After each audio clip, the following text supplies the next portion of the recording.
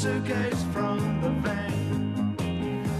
Well, he was the nation's favourite dodgy dealer, wasn't he? Del Boy from Only Fools and Horses may have now retired from his market stall, but it seems there are plenty of real-life dodgy traders operating today, and for many the consequences are anything but funny, actually. Yeah, trading standards officers intercepted nearly 2 million unsafe products at border control last year, including, as you can see in front of us, chainsaws with faulty kill switches and dangerous Chinese firecrackers. Right, well, look, you've been getting in touch about this because you've experienced these sort of problems.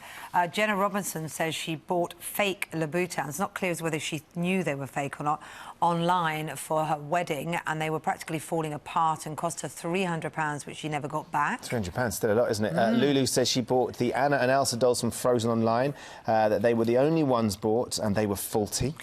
And Ruth McCauley told us that she bought a PlayStation controller online and found out later that it was actually fake, so presumably it didn't work. No use there. Carol Garrett is here from Trading Standards. You've bought these products with us. Just explain, Carol, what it is about these products particularly that makes them so dangerous. All of these products are extremely dangerous. The chainsaw, for example, the handbrake or the brake on it doesn't work, such that while you're using that, you take your hand off the throttle and the chainsaw will keep turning, which is potentially terrifying. And it should stop. Oh, absolutely. When you take your hand off the throttle, the chain should stop moving, so you can't sever your hand or a limb. And that's just a function that was missing from the product, or it's just faulty? It's missing from the product. Good grief. It's not just a faulty product. Yeah. The same Chinese firecrackers, they're decorative ones. They're the sort that you can plug into the main system, but they've got access to live wires, so you've got the risk of electrocution and potentially death. Similarly with this is an example of the sort of jewellery that we're intercepting at UK border points. It doesn't look like it's too bad. It's difficult to tell when you say it doesn't look too bad. We've had it tested. It has very high levels of cadmium, and that's carcinogenic. So extensive use and wearing products like this, you run the risk of increasing your chances of cancer.